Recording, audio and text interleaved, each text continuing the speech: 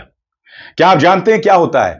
वो अपने घर पहुंचते हैं और इजरायली डिफेंस फोर्सेस उन्हें उठाकर ले जाते हैं। वो वापस आते हैं और जैसा कि आप उनकी टी शर्ट में देख रहे हैं, खून के धब्बे साफ तौर पर दिखाई दे रहे हैं और वो पूरी तरह से बदहवास हैं।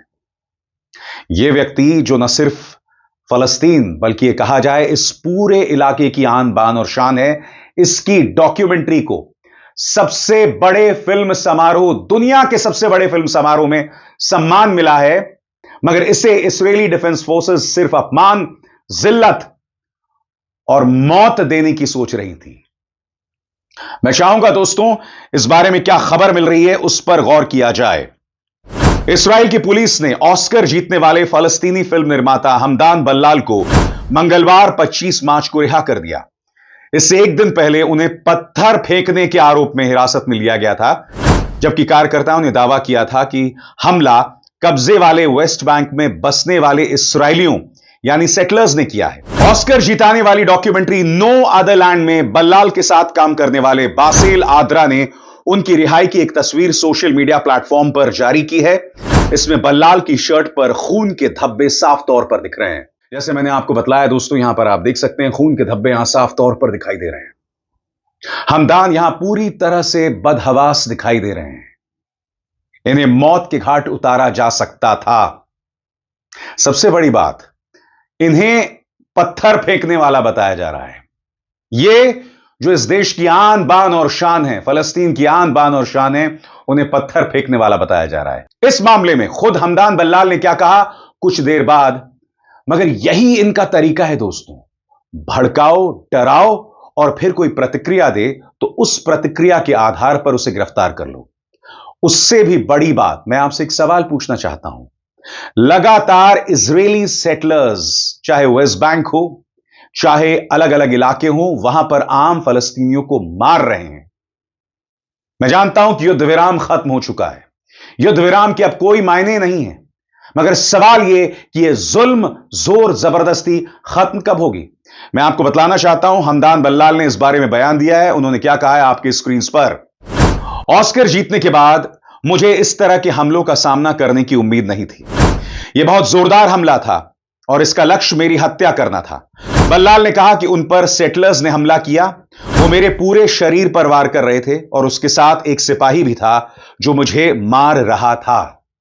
अब आपके जहन में सवाल होगा कि आखिर हमदान बल्लाल को निशाना क्यों बनाया गया? कि इसलिए कि वो एक फलस्तीनी है, या फिर इसलिए कि उसके डॉक्यूमेंट्री ने इस्राएल की जोर, जबरदस्ती और जुल्म का पर्दाफाश किया? क्या है इस डॉक्यूमेंट्री में, इसे भी जानने की जरूरत है दोस्तों। इस साल के ऑस्कर में बेस्ट डॉक्यूमेंट्री कैटेगरी में जीतने वाले बल्लाल की डॉक्यूमेंट्री में इस्राएली सैनिकों और मसाफर यत्ता में बसने वाले फिलिस्तीनियों के जबरन विस्थापन की कहानी है। मसाफर यत्ता एक ऐसा क्षेत्र है जिसे इस्राएल ने 1980 के दशक में प्रतिबंधित सैन्य क्षेत्र घोषित कर दिया था। स्वाभाविक सी बात है कि हमदान उनके निशाने पर होंगे और यह महज शुरुआत है, क्योंकि हमदान वहीं बसे हुए हैं। हम नहीं जानते कि आने वाले दिनों में उन्हें जिंदा छोड़ा जाएगा या नहीं, क्योंकि हमदान की डॉक्यूमेंट्री ने दुनिया में अपनी जगह बनाई है। स्वाभाविक सी बात है, इस्राएल इससे बुरी तरह से चिढ़ा हुआ है।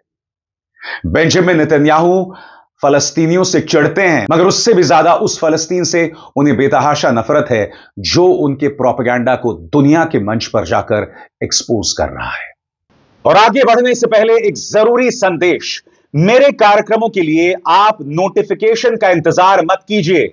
मेरे चैनल में जाइए और खुद जाकर कार्यक्रम देखिए और रहिए अपडेटेड। और हां, ज्वाइन कीजिए मेरा चैनल। देखिए यह जरूरी संदेश। स्वतंत्र और आजाद पत्रकारिता का समर्थन कीजिए, सच में मेरा साथी बनिए। बहुत आसान है दोस्तों, इस ज्वाइन बटन को दबाइए और आपके सामने आएंगे ये 3 विकल्प, इनमें से एक चुनिए और सच के इस सफर में मेरा साथी बनिए। मगर जैसे मैंने बताया ना, पिछले 24 घंटे में जो दर्द की दास्तानें आ रही हैं उसके बारे में शब्द नहीं है मेरे पास।